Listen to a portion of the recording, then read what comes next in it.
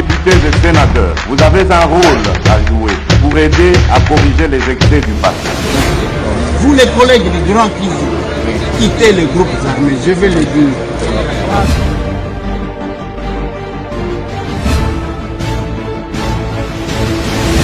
Bonsoir tout le monde, bonsoir les amis, vous qui nous suivez partout dans le monde. Ici c'est votre commandant de bord, comme j'aime bien le dire, Roger Muntu, la voix de l'Amérique. Vous n'avez pas oublié en tout cas la question de cette semaine. Dans cette émission, on parle entrepreneuriat cette semaine. Quelles sont les questions à vous poser avant d'investir, avant de vous lancer dans les affaires? C'est la grande question cette semaine, parce qu'on ne se lance pas dans les affaires comme ça sans se poser quelques questions. C'est la grande question cette semaine. Avant de réaliser un investissement, on l'a dit depuis lundi, il est nécessaire d'évaluer de la manière la plus objective possible les entreprises qui vous intéressent ainsi que leurs chances de réussite avant de prendre une décision. On en parle en tout cas cette semaine en écoutant de la bonne musique dans RM Show comme on le fait bien sûr à la radio chaque soir entre 20h et 21h temps universel et aussi sur notre site internet www.voafrique.com. Mais comme d'habitude aussi, vous savez, nous avons des invités et ce soir, quel privilège, quel honneur de recevoir mon invité, l'honorable Eliezer Ntamboué, qui est élu sur la liste de AMK, Ensemble pour le changement, et dans la circonscription électorale de Lukunga, à Kinshasa. Il est aussi président du parti politique Action Commune pour la République, ACR, une formation politique nouvellement créée. Il nous en parlera. Il va aussi, bien sûr, répondre à toutes nos questions, bien sûr, aujourd'hui, dans cette émission. J'en profite aussi pour saluer nos amis qui sont en train déjà de nous capter partout sur les réseaux sociaux. Merci beaucoup à vous et n'hésitez surtout pas de nous poser aussi des questions. Je mettrai le numéro WhatsApp si vous voulez bien sûr participer à cette émission. Merci beaucoup Roger. Merci aussi à tous les auditeurs de La Voix de l'Amérique, tous ceux qui nous suivent aussi sur les réseaux sociaux. Oui, je vais bien, merci. Je suis ici aux États-Unis depuis un certain moment. Vous savez, la situation dans laquelle se trouve actuellement notre pays, Roger Muntu, nécessite l'implication et la participation de tout le monde. Je m'étais dit qu'on ne devrait pas rester observateur comme les gens qui sont venus accompagner les autres qui sont le vrai propriétaire de la patrie, ainsi que on ne minimise pas la qualité des États-Unis et de sa puissance. On s'est dit nous devons quand même essayer d'aller là où nous pouvons toquer pour voir si on obtiendra quand même des solutions par rapport à la situation qui prévoit actuellement et surtout à l'est de notre pays. Je pense que c'est une visite de réconfort. J'ai salué ça. Comme vous savez, Roger Muntu, la visite du Saint-Père a créé d'abord des polémiques, surtout pour les oppositions qui sont en mal de positionnement, qui, pour les uns, disaient que il ne vient pas sous l'invitation de l'actuel chef de l'État, Félix-Antoine Tshisekedi Tshilombo. Ce n'était qu'il venait sous l'invitation de l'ancien président, Joseph Kabila, d'un côté. Et de l'autre côté, c'est l'Église catholique elle-même qui a créé un peu de polémique au vu peut-être des sentiments antipathiques ou sympathiques envers les actuels dirigeants du pays pour dire qu'ils ne venaient pas pour le politique, ils venaient par contre pour le religieux. Et ils ont été confondus. Pourquoi? Parce que la première des choses, les Saint-Père descend en chaise roulante. C'est-à-dire, c'est un signe de sacrifice qui montre qu'en dépit de son âge, qu'en dépit de son état de santé, il tenait à venir au Congo répondre à l'invitation du président de la République, Félix-Antoine Tshisekedi Tshilombo. Ça, c'est d'un côté. De l'autre côté, la rumeur ou les polémiques selon lesquelles ce serait l'invitation de l'ancien président de la République sont tombées parce que vous avez vu, et vous n'avez pas vu Joseph Kabila à cette messe qui a réuni les opposants comme ceux qui sont au pouvoir. Vous ne l'avez pas vu. Par conséquent, nous allons conclure que ce n'est pas sur son invitation qu'il est là. Parce que si c'était sur son invitation, M. Joseph Kabila devrait se présenter et être vraiment en première ligne pour accueillir son hôte. Tel n'a pas été vraiment le cas avec ce qui s'est passé. Mais aussi, avant le discours, Roger Muntu, vous allez voir quel geste le Saint-Père a posé. Il venait assis, vu son âge, et quand il arrive là où se trouvait le président de la République et la distinguée première dame, du coup il se lève pour les saluer tout en étant debout. Tout seigneur, tout honneur, dit-on. C'est quelque chose de plus important. Quant au discours proprement dit, Oui. le Saint-Père a adressé un message aux hommes forts du monde pour laisser libre l'Afrique, pour ne pas l'étouffer. Ça, nous avons salué. Et le Saint-Père a condamné ce qui se passe à l'est du pays avec tout ce qu'il y a comme agression, parce que nous connaissons c'est quoi la théorie du feu de bois. Il n'y a que celui qui met le feu qui connaît pourquoi il l'a mis. Alors, nous estimons que même les pays que nous appelons les pays agresseurs, c'est des petits commissionnaires, et que le Saint-Père a pu dénicher réellement qui serait à la base de ce qui se passe dans notre pays. Et j'ai aussi aimé, c'est tous les thèmes qu'il a donnés, de la réconciliation. Oui. Parce que devant certaines questions, Roger montre, comme vous savez, dans des pays développés comme vous qui êtes aux États-Unis, comme ceux qui sont en Europe, vous allez trouver que devant une question de la République, il n'y a ni majorité ni opposition. C'est défendre la patrie. Vous l'avez vu en France avec la question de Charlie. La France, se sentant menacée par les terroristes, ils ont marché. L'opposition comme la majorité. Ils ont dit « je suis Charlie », c'est-à-dire, en d'autres termes, nous sommes contre l'agression. Et nous sommes contre les terrorismes dans notre pays. C'est ça, c'est cette attitude que devraient adopter aussi les politiques congolais. Et que les discours du Saint-Père, bien que chacun peut l'interpréter à sa manière, mais je pense que c'était un bon, vraiment discours. Et on a vu aussi, honorable, que le souverain pontife a dénoncé mercredi les atrocités brutales commises dans l'est de la RDC. Il l'a fait après avoir entendu des récits poignants de violence dans cette région turbulente, déchirée par les conflits. Vous êtes vous-même en dehors du pays. Je suis sûr que vous êtes en train de suivre tout ça avec nous. Il a reçu les mamans qui ont été affectées par tout cela. Quel sentiment ça vous a fait, honorable? C'est vraiment un sentiment de joie parce que le Saint-Père a voulu vraiment palper du doigt la réalité de ce qui se passe. Il arrive en quel moment? Il arrive au moment où, de l'autre côté, comme vous savez en Afrique, les moments des élections, c'est les moments de tension. D'un côté, c'est l'année électorale. De l'autre côté aussi, cette fameuse agression, dont même la communauté internationale a dit qu'elle n'avait pas des armes capables de rivaliser avec les agresseurs, l'M23 et ses patrons. Voilà.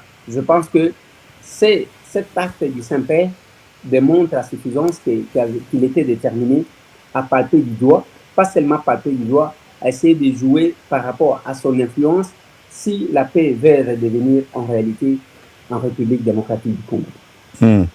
Honorable, aux dernières nouvelles, parce que vous avez mentionné aussi d'ailleurs ces conflits, aux dernières nouvelles, on apprenait que la rébellion du M23 avait progressé ces derniers jours jusqu'à une route stratégique dans l'est de la République démocratique du Congo, où des affrontements opposant les rebelles opposés à les rebelles, à l'armée congolaise et à des groupes armés, selon des sources en tout cas concordantes. Honorable, pensez-vous ou restez-vous optimiste que la paix reviendra dans cette région de la République démocratique du Congo?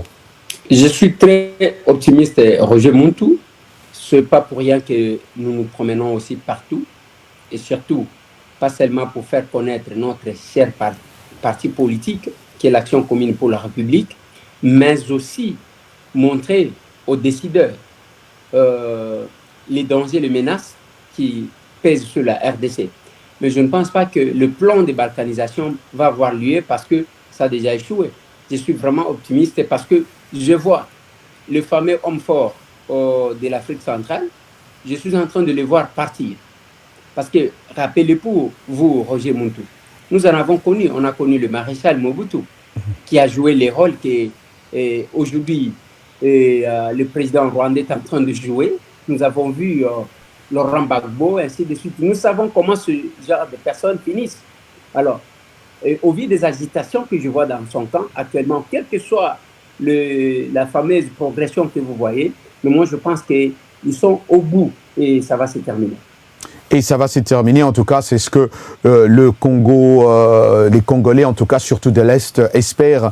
Mais le Rwanda aussi, on avait vu par la voix de son ministre des Affaires étrangères qui accuse ou qui continue à accuser la communauté internationale d'exacerber, si je dois le dire ainsi, la crise dans l'Est de la République démocratique du Congo, une région en proie, comme vous venez de le dire, à des groupes armés. Cette déclaration a intervenu aussi après que Washington avait appelé Kigali à mettre un terme à tout soutien supposé aux rebelles. Comment cette nouvelle avait été accueillie chez vous en tant que député dans l'Assemblée nationale? C'est vraiment une bonne nouvelle. Quand je parle de l'agitation de la part du Rwanda, c'est oui. tout ça. C'est tout ça parce que jamais les Rwandais ne s'est agité d'une telle manière. C'est la première fois que nous voyons le président rwandais et ses ministres et tout son gouvernement, y compris le Parlement, je vis ce matin, un tweet au nom du Rwanda mais fait en français. Depuis quand les Rwandais communiquent en français? Les Rwandais ne communiquent jamais en français. Les Rwandais communiquent en Rwanda ou en anglais. Mais quand je vis ça, j'ai compris que, en tout cas, la tension est en train de monter de leur côté. Vous avez aussi suivi le Britannique aujourd'hui, le Parlement britannique, se saisir de la question et condamner ce qui se passe en République démocratique du Congo. Donc la situation de la RDC aujourd'hui est au centre de tous les débats. Et que le Rwanda qui cherchait d'abord, comme ce qu'ils ont toujours vendu comme marchandise, c'est du fait que nous sommes une tribu minoritaire. Ils viennent ici aux États-Unis pour s'en plaindre.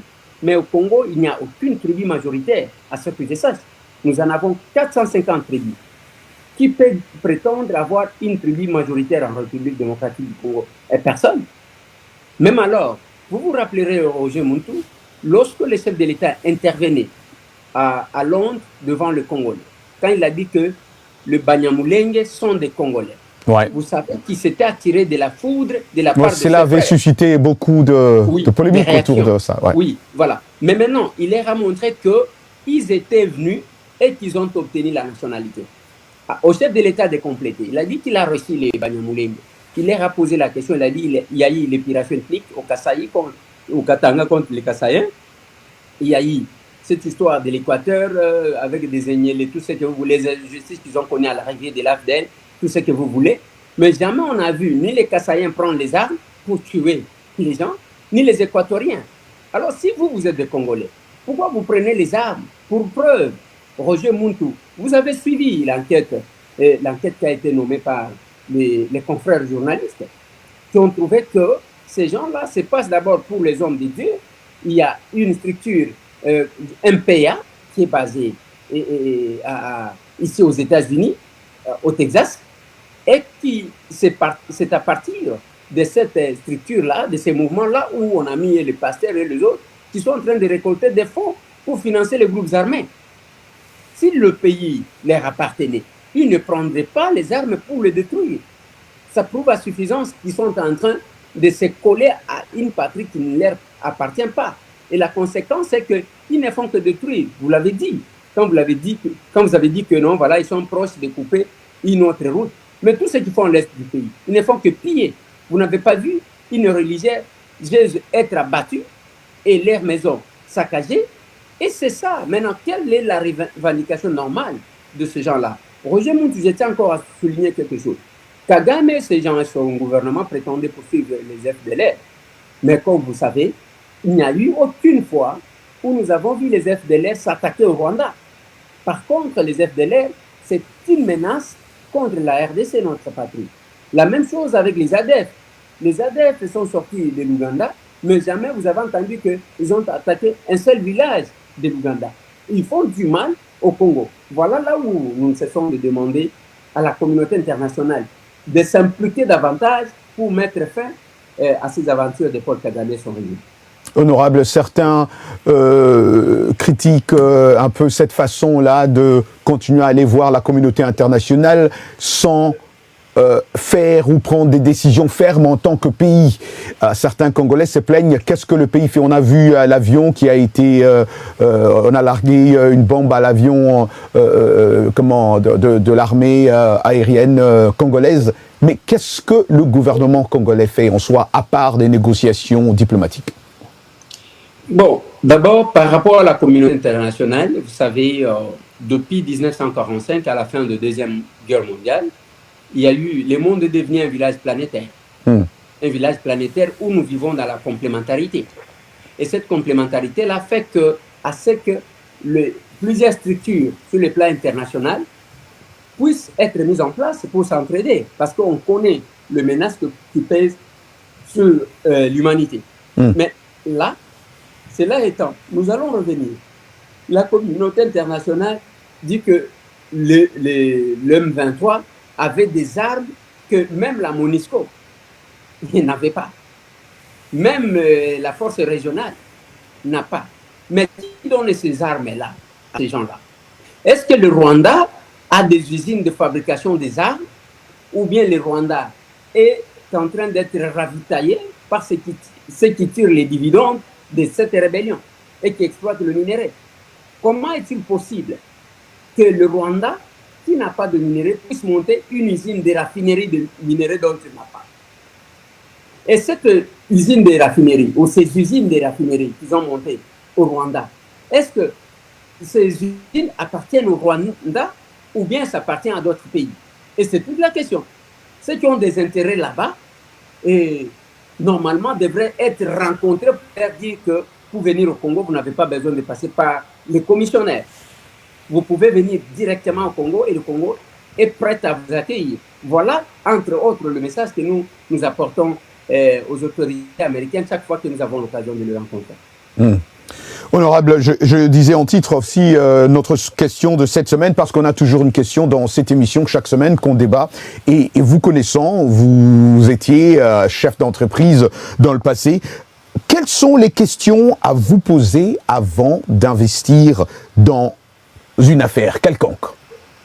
Quel conseil donnerez-vous à un jeune qui veut s'entamer, qui veut s'élancer, allais-je dire, dans une affaire quelconque? Dans une affaire quelconque, si on veut se lancer, on doit se poser la question d'abord par rapport à la sécurité. La sécurité, est-ce que là où je vais mettre mon business, là où je vais orienter mes affaires, est-ce que mes affaires seront sécurisées? La sécurisation ici peut être comprise comme sous plusieurs angles. C'est-à-dire, d'un côté, il y a la sécurité par rapport à tout ce qu'il y a comme cruauté que nous constatons dans le monde. Par exemple, les guerres. Il y a aussi la sécurité par rapport à l'État dans lequel on investit. Est-ce qu'il n'y a pas la corruption? Est-ce qu'il n'y a pas de personnes qui paient? Il n'y a pas de détournement? C'est aussi une question importante qu'il faut avoir. De trois, une autre question, c'est celle de savoir, est-ce qu'on va me donner les avantages ou la facilité de faire mon business ou mes business, ou bien on va me bloquer en me surchargeant? C'est comme ça que vous allez voir, il y a d'autres personnes qui fuient d'autres pays compte tenu des taxes. Quand on multiplie des taxes, eh bien, les gens quittent pour d'autres pays. Et ceux qui veulent investir ont besoin d'avoir les assurances par rapport à l'allègement d'abord du gouvernement. Ça, c'est un. Deuxièmement, il se pose la question par rapport à l'aspect sécuritaire, tel que je l'ai démontré, la sécurité de leurs avoirs, la sécurité de leur business, la sécurité de leurs agents, et que sais-je encore. Mais aussi, ils doivent être rassurés que l'endroit où je vais placer mes affaires, il n'y a pas la corruption. La corruption, pourquoi on évite la corruption? Là où il y a la corruption, il y a la légèreté, il y a la facilité qu'on puisse tout gâcher. Parce qu'on a eu l'accès à certains endroits où on ne devrait pas avoir accès suite à une manipulation due au pot de vin qu'on aurait perçu. Voilà comment quelques éléments que je peux donner. Un très bon conseil en tout cas, un très bon conseil. On voit vraiment que vous étiez, si vous ne l'êtes pas encore, je ne sais pas, en tout cas chef d'entreprise. Revenons un peu, je le disais en titre honorable, vous êtes maintenant président d'un parti politique, Action commune pour la République. Moi, je vous suis, je vois ce que vous êtes en train de faire, je vois combien vous aidez les personnes vulnérables, les mamans, les handicapés. Ça, vraiment, ça fait chaud au cœur et ça me touche vraiment. C'est quoi l'idée ou cette action commune autour de ACR? Ouais. L'action commune pour la République, c'est une formation politique que nous avons mis en place après avoir palpé du doigt la réalité de notre pays. Roger Muntu, M. Tambo que je suis politologue de formation. J'avais la théorie politique, mais en tant que chroniqueur politique aussi, j'ai eu à palper du doigt quelques réalités du terrain. Sauf que quelque chose me manquait. Qu'est-ce qui me manquait? C'est l'accès au sein de cette machine politique. Et aujourd'hui, j'ai été élu député national de Lukunga, tel que vous l'avez dit, à Kinshasa, meilleur élu alors. Je suis là depuis 4 ans. J'ai compris que être corrompu, c'est un choix. Rester correct, c'est aussi un choix. Il n'y a aucun système capable d'imposer à quelqu'un comment se comporter. Non, c'est faux. Parce que je suis là, vous voyez seulement les gens qui se font corrompre, qui se compromettent parce qu'ils ont besoin d'avoir l'argent. Alors qu'en politique, on ne va pas chercher l'argent. En politique, on va servir. Si vous avez besoin de chercher l'argent, lancez-vous dans le business. C'est plus facile que ça. Lancez-vous à faire le commerce.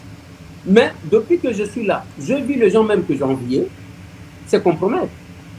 Et j'ai constaté que ce que les gens disent la journée, ce n'est pas ce qu'ils font la nuit. Et j'ai constaté que les gens parlent du peuple la journée, mais la nuit, ils marchent sur le peuple. Et ça, voilà, c'est un problème. Je me suis dit, c'est vraiment incorrect. Et nous, comme défenseurs de ce peuple-là, nous ne tolérons pas cette injustice que notre peuple est en train de subir avec les discours démagogiques des candidats qui viennent, en tout cas en brebis, et pendant la campagne électorale. Et du coup, ils ne travaillent plus pour l'intérêt de ce peuple-là. C'est ainsi qu'au vu de cette expérience, je me suis dit non, je risque de me compromettre moi aussi. Parce qu'on dit tu se ressembles et ça sent. Il fallait que je mette en place une formation politique qui va faire la politique autrement. Ça, c'est ce que nous disons. Et vous venez de le dire, Roger Muntu.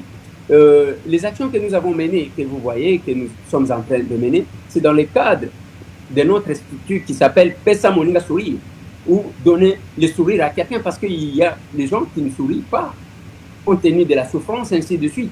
Mais nous, à l'Action commune pour la République, nous disons, nous exerçons le pouvoir de l'amour à la place de l'amour du pouvoir. Parce que celui qui a l'amour du pouvoir, il peut tuer toutes les voies sont bonnes pour lui. Et il va mal utiliser, et il va mal interpréter la pensée de Machiavel dans Le Prince, qui a dit que tous les moyens sont bons pourvu qu'on arrive au pouvoir. Mais il fallait aussi lire la lecture dialectique de la pensée de Machiavel pour comprendre bien la pensée de Machiavel. Alors, nous nous sommes dit, nous exerçons le pouvoir de l'amour à la place de l'amour du pouvoir. Parce que tout ce que nous gagnons, tout ce que nous recevons, notre souhait, c'est de servir ce peuple-là, c'est de rendre ce peuple-là heureux. C'est dans ce que vous avez constaté, Roger Muntu, que c'est le tout premier parti politique en République démocratique du Congo qui commence. Nous n'avons que 4 mois. Aujourd'hui, nous sommes presque dans toutes les provinces, mais aussi dans la diaspora. Mais c'est le premier parti politique qui commence avec comme objectif de nourrir le peuple. Pour nourrir le peuple, ce n'est pas en faisant des discours, nous avons autant de kilomètres de terre arable. Non, il faut l'exploiter. Mais l'Action commune pour la République a des champs. Ouais. L'Action commune pour la République a des tracteurs. Ouais. Donc, quand nous disons que nous allons nourrir le peuple congolais, c'est à travers les efforts que nous fournissons. Vous n'allez pas trouver le capable. C'est comme ça qu'on s'appelle. On ne s'appelle pas camarade, on ne s'appelle pas, je ne sais pas, combattant, non. On s'appelle le capable. Vous n'allez pas trouver les capables de se balader devant le porte de gens. Vous allez les trouver au travail. Parce que le travail n'est pas qu'au bureau. Le travail, c'est aussi dans les champs. Roger Muntu, vous êtes aux États-Unis. Vous savez que parmi les décideurs par rapport aux élections de grands ou de chefs de l'État, c'est aussi les fermiers. C'est aussi les fermiers qui s'imposent. Mais nous avons tout. Mais nous laissons l'agriculture comme un secteur qu'on peut laisser soit aux retraités, soit à ceux qui n'ont pas étudié. Alors que les fermiers aux États-Unis ne sont pas nécessairement ceux qui n'ont pas étudié ou les retraités. Donc, et nous connaissons l'influence de ça au lieu de se contenter des moyens des autres pour en faire un discours politique. Très important. Et vous l'avez toujours dit, honorable, vous avez grandi vous-même dans la pauvreté. Vous connaissez bien ces gens-là. Vous connaissez la vie qu'ils sont en train de passer. Et donc, donner un sourire ne ferait pas de mal. Vous l'avez toujours dit, en tout cas, dans vos émissions. Hein? Ouais. Alors, passons un peu, honorable, à l'identification de l'enrôlement des électeurs, hein, qui a déjà commencé en vue des élections générales en 2023, qui a débuté déjà en RDC, même à l'étranger, hein, dans quelques pays comme la France, l'Angleterre, ici aux États-Unis. Certains Congolais, en tout cas, honorables, de la diaspora, craignent qu'il y ait des irrégularités. Vous êtes en train vous-même de rencontrer certains de ces Congolais-là à travers les États-Unis, dans chaque État où vous allez parler à ces Congolais. Qu'est-ce que vous leur dites, honorable? Je leur dis de ne pas perdre confiance. Ce qui est vrai aussi que le processus d'enrôlement qui a été enclenché par notre commission électorale indépendante, et au départ, moi j'étais contre parce que j'ai dû montrer à l'Assemblée nationale qu'on risquerait de donner l'opportunité aux non-congolais de s'enrôler et de devenir des grands dignitaires dans notre pays. Parce que comme vous savez, il y a les documents qu'on exige pour se faire enrôler. On dit, vous devez avoir l'ancienne carte d'électeur, vous devez avoir la carte d'étudiant ou d'élève, vous devez avoir le passeport, ok, congolais. Parmi tous ce qu'on a fait, soit le témoignage de 5 personnes qui se sont déjà fait enrôler. Alors, mais quand vous prenez ce qui se passe maintenant dans la diaspora, on vous dit, on va prendre ceux qui ont déjà la nationalité. On va prendre le résident. Alors que parmi les résidents, nous savons que la plupart, presque dans tous les pays, vous allez trouver qu'il y a à peine 20% qui n'ont pas encore de nationalité. Mais maintenant, la plupart, comme la nature a horreur du vide, on va prendre le réfugié, entre guillemets, que vous voyez, qu'on est en train de vous amener, avec d'autres documents, mais qui viennent d'autres pays. On va les amener pour se faire enrôler. Et la conséquence, c'est qu'on aura les étrangers qui vont se faire enrôler à la place de vrais Congolais, actifs ou privés, par le fait qu'ils ont obtenu une autre nationalité, alors que vous connaissez les conditions dans lesquelles ils ont eu à obtenir ces nationalités-là. Mais ça, c'est d'un côté. Mais de l'autre côté, nos machines d'électeurs, d'enrôlement, ont été volées par les rebelles, entre guillemets, rwandais et ougandais, ont été amenés en Ouganda et Rwanda. Ils ont imprimé les cartes. Mais quand vous allez vous baser sur ça, vous risquerez de donner la nationalité et l'opportunité à vos agresseurs de venir vous dominer. Vous vous rappellerez, Roger Muntu, après les différentes rébellions, RCD Goma, RCD KML, RCDN, je ne sais pas, MLC, tous ces gens-là, tous ces anciens rebelles, après avoir tué, ont été récompensés. C'est le message qu'on envoie à ceux qui sont dans la brousse, mais tuer, après vous allez venir à Kinshasa, devenir ministre, devenir général, sans avoir obtenu, en tout cas, une formation qu'il fallait. Le premier grade que quelqu'un obtient au sein de l'armée, c'est d'être général. Il n'est jamais passé par être, je ne sais pas, sous-lieutenant, lieutenant, monté jusqu'à être... Voilà, ce sont ces gens-là que nous avons. Mais maintenant, la conséquence, dans ce que nous faisons, comme l'enrôlement n'a pas respecté la procédure qui a été proposée, parce qu'il y a eu 3 décrets, le décret 022, le décret 22/07, le décret 22/08 et 09, stipule qu'il fallait commencer par l'identification des Congolais pour établir un fichier général. Ce qui n'a pas été fait. Ce qui n'a pas été fait par l'ONIP. Et cette identification-là devrait nous amener, parce que l'identification, vous n'allez pas mentir de bout en bout, il y a 28 questions. Quand on commence à poser à Roger Muntu, on va comprendre s'il est Congolais ou il ne l'est pas. Il sera bloqué quelque part. Après avoir fait ces fichiers généraux, c'est dans ces fichiers généraux qu'on devrait prendre ceux qui peuvent devenir électeurs ou éligibles, qu'on doit mettre à la disposition de la CENI. Mais de l'autre côté, il fallait que l'Institut national des statistiques puisse aussi identifier les étrangers. Et en faisant ces fichiers généraux, Roger Muntu, on pouvait avoir ce qu'on appelle les cartes d'identité, parce que chacun devrait avoir un numéro d'identification nationale. Vous arrivez quelque part, vous pouvez quitter Kinshasa, vous allez à Kipushi, on entre dans la machine, vous donnez votre numéro, d'identification nationale, on vous reconnaît. C'est tel que vous êtes ici aux États-Unis d'Amérique. Roger Mountou peut arriver n'importe où. Dès qu'on fait entrer son nom, on sait où est-ce qu'il est, qu'est-ce qu'il fait. Oui. Ça, c'est clair. Oui. Alors, nous étions sur cette procédure-là. Mais quand j'ai soulevé ça à l'Assemblée nationale, on m'a dit non, il faut se taire parce que la communauté internationale fait pression sur les membres de la CENI pour qu'ils organisent à tout prix les élections. J'ai dit maintenant, nous organisons les élections pour nous-mêmes ou bien nous organisons les élections pour les autres. Mais si nous organisons les élections pour les autres, en tout cas, vous ne savez pas les conséquences de ce qu'on fait. Et c'est comme ça que nous nous sommes lancés. Même ici dans la diaspora, il y a cette difficulté-là. J'ai craint qu'on puisse, sur les 100% des personnes qui vont se faire enrôler, qu'on puisse enrôler 80% des étrangers à la place des Congolais. Là, on sera en difficulté parce qu'ils marcheront toujours contre les intérêts de la RDC. Vous savez, Roger Mountou, qu'ici aux États-Unis, ceux qui entrent dans des salons UP accuser les Congos, ce sont les prétendus Congolais, mais qui ne le sont pas, qui travaillent contre les intérêts de notre chère patrie. Mais aussi, est-ce qu'on a eu à prendre en compte la proximité? Les États-Unis d'Amérique est vraiment vaste. Et vous prenez quelqu'un, par exemple, si vous dites on doit se faire enrôler à DC, ici, à Washington, eh bien, c'est quelqu'un qui va quitter Los Angeles, par exemple, il va prendre un vol qui va lui faire 7 heures de vol, comme quelqu'un qui quittait Kinshasa et qui allait à Paris ou à Bruxelles. Et il arrive là-bas, après avoir dépensé l'argent de billets, il va ajouter l'argent de l'hôtel parce qu'il ne va pas rentrer le même jour. Est-ce qu'on a pensé à ça pour qu'on puisse approcher cette procédure ou ce processus auprès de ceux qui sont censés se faire enrôler? Je pense qu'il ne faut pas que ça soit comme si on a voulu associer les Congolais de la diaspora à la décision dans leur pays, mais d'un côté, on les bloque pour qu'ils ne puissent pas agir en même temps. Et vous, en tant que député, qu'est-ce que vous allez faire concrètement pour ça? Ce que je veux faire, c'est ce que j'ai commencé à faire parce que moi, je vis ça en amont. On était encore en pleine session, Roger Mountou. Oui. Vous allez voir que j'étais intervenu à l'Assemblée nationale pour démontrer tout ça.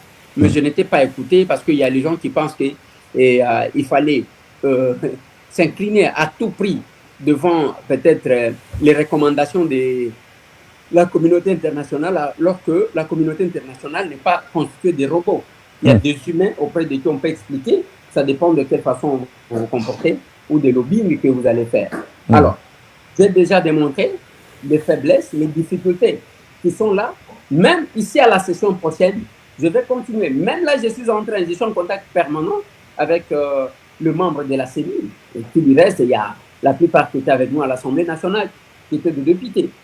Je leur dis, mais attendez, ne faites pas une formalité pour faire entrer les étrangers dans la gestion de la chose publique, comme ce fut le cas lors de la formule 1+4, où carrément les anciens rebelles sont venus marcher sur les dos de ceux dont ils ont entendu.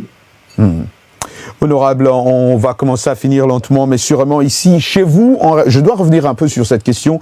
Chez vous, en République démocratique du Congo, honorable, l'opposant Martin Fayulu avait relancé il y a quelques mois, vous vous rappellerez, la polémique du salaire des élus que vous êtes, même s'il est parfois difficile de savoir exactement de quoi on parle en matière d'émoluments parlementaires.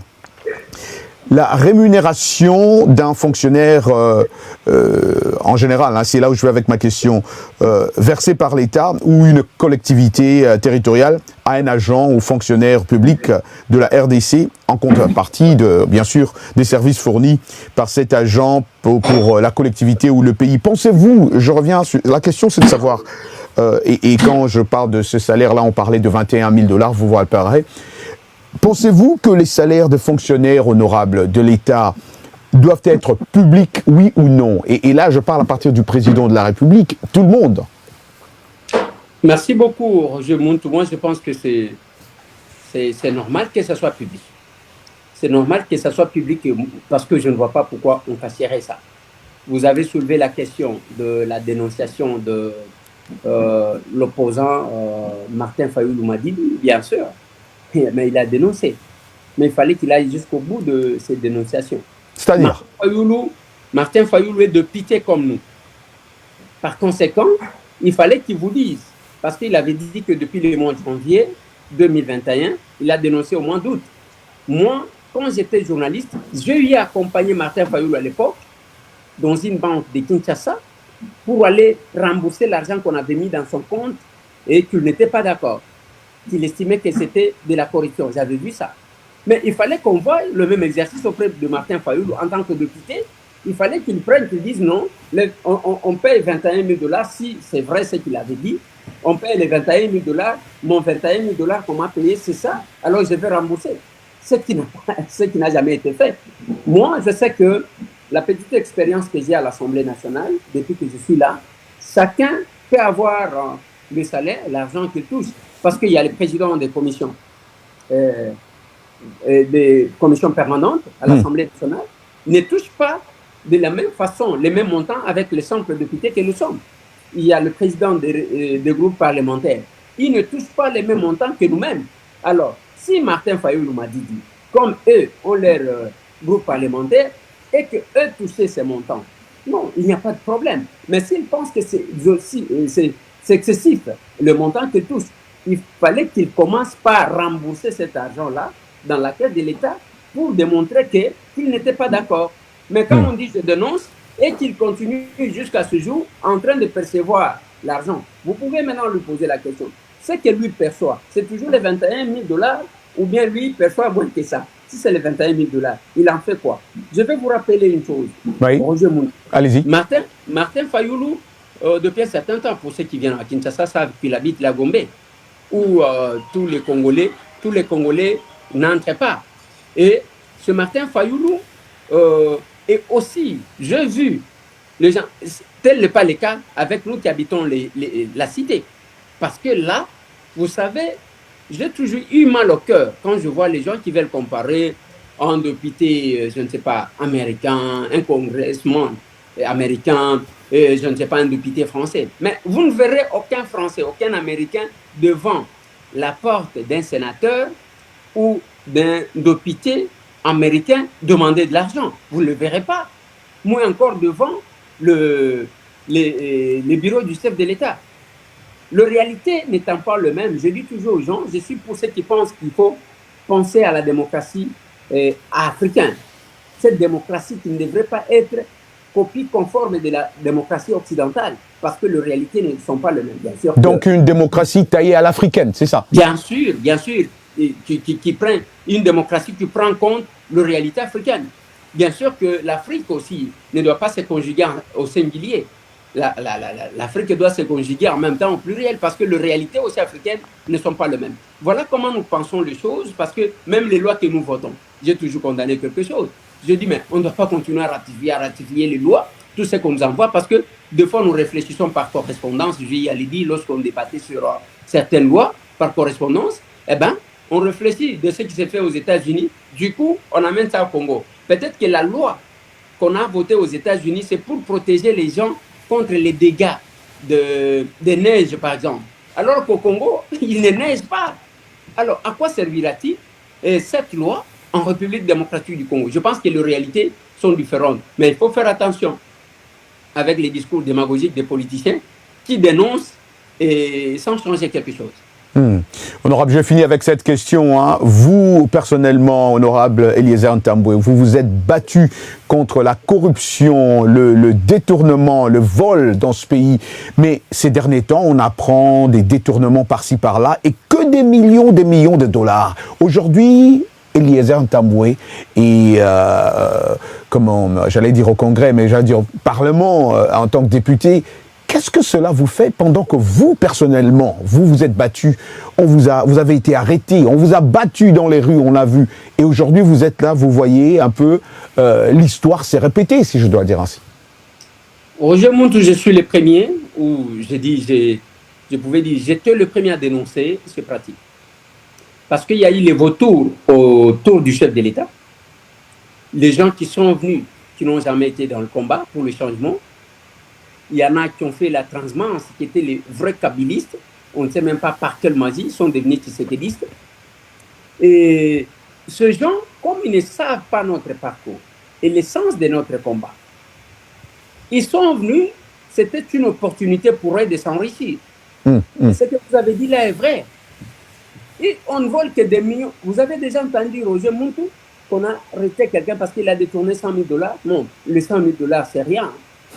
Ça commence à 1 million, ça monte. Alors qu'aujourd'hui, nous sommes dans un pays où nous manquons presque tout. Je peux vous scandaliser, Roger Muntu. On n'a pas de banque d'épargne, une banque propre à nous, Congolais. Alors que pour avoir une banque d'épargne, c'est juste un montant de 50 millions de $. Que nous avons pris. Vous avez appris le procès 100 jours. Les personnes qui ont détourné plus de 250 millions de $. Alors que nous manquons une banque qui nous coûterait 50 millions de $. Tout ce que nous mettons, pourquoi ils sont en train de nous rouler? On nous a roulé avec la bière, on a emporté l'argent des épargnants. Aujourd'hui, nous avons la question avec une autre banque là-bas, Afrilaine. Nous avons connu Mekreco. On ne fait que nous rouler. Nous n'avons que la banque de contrôle, de surveillance, qui est la banque centrale. Mais on n'en a pas. Nous n'avons pas d'avion. Un avion coûte combien par rapport au montant qu'on est en train de détourner? Ça pose problème. Roger Muntu, nous sommes vraiment touchés et déçus par rapport à ce qui nous est arrivé. Mais je vois que le chef de l'État a commencé à agir. Parce que lui, c'est quelqu'un qui aime bien avoir le preuve.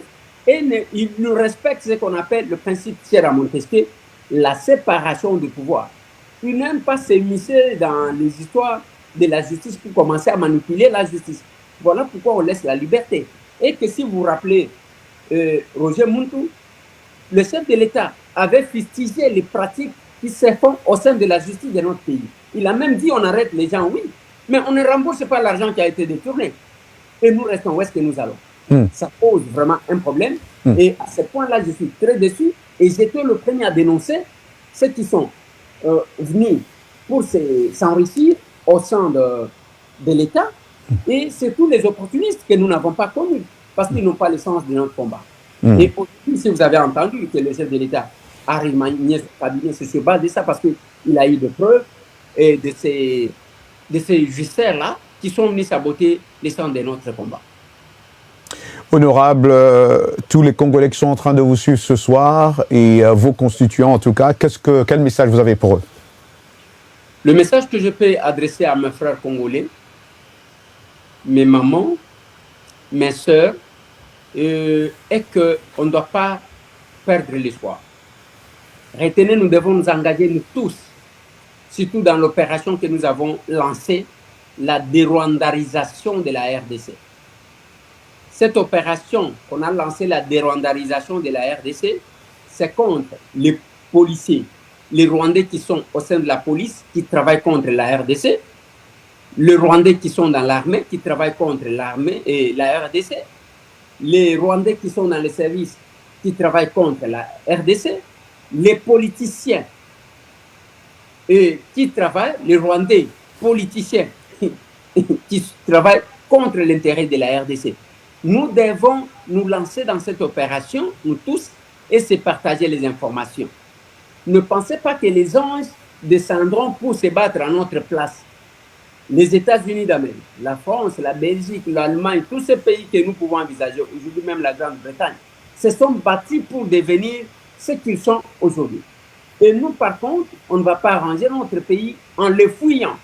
Nous allons arranger notre pays en nous battant et en cherchant à mieux faire. Voilà pourquoi Roger Muntu, nous, à l'Action commune pour la République, même la place de la diaspora n'a jamais été existée dans d'autres partis politiques.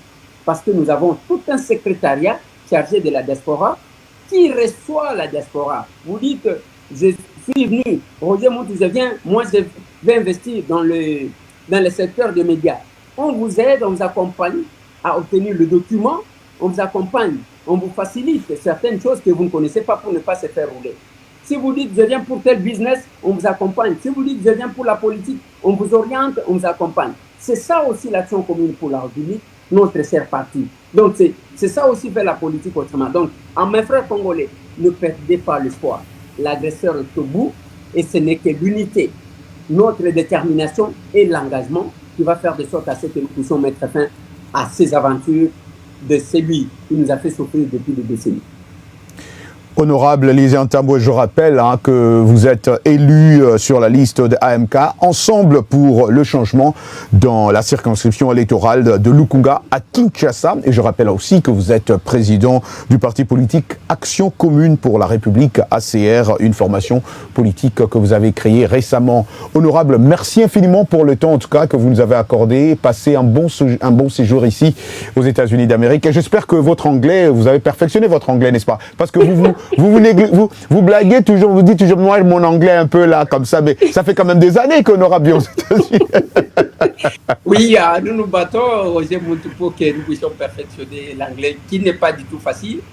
Je pense que Roger Muntu va nous aider à perfectionner parce qu'il y a une différence entre quand un Américain parle l'anglais et quand un Africain parle l'anglais.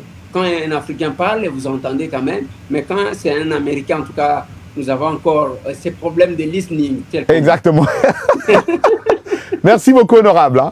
Merci, Roger.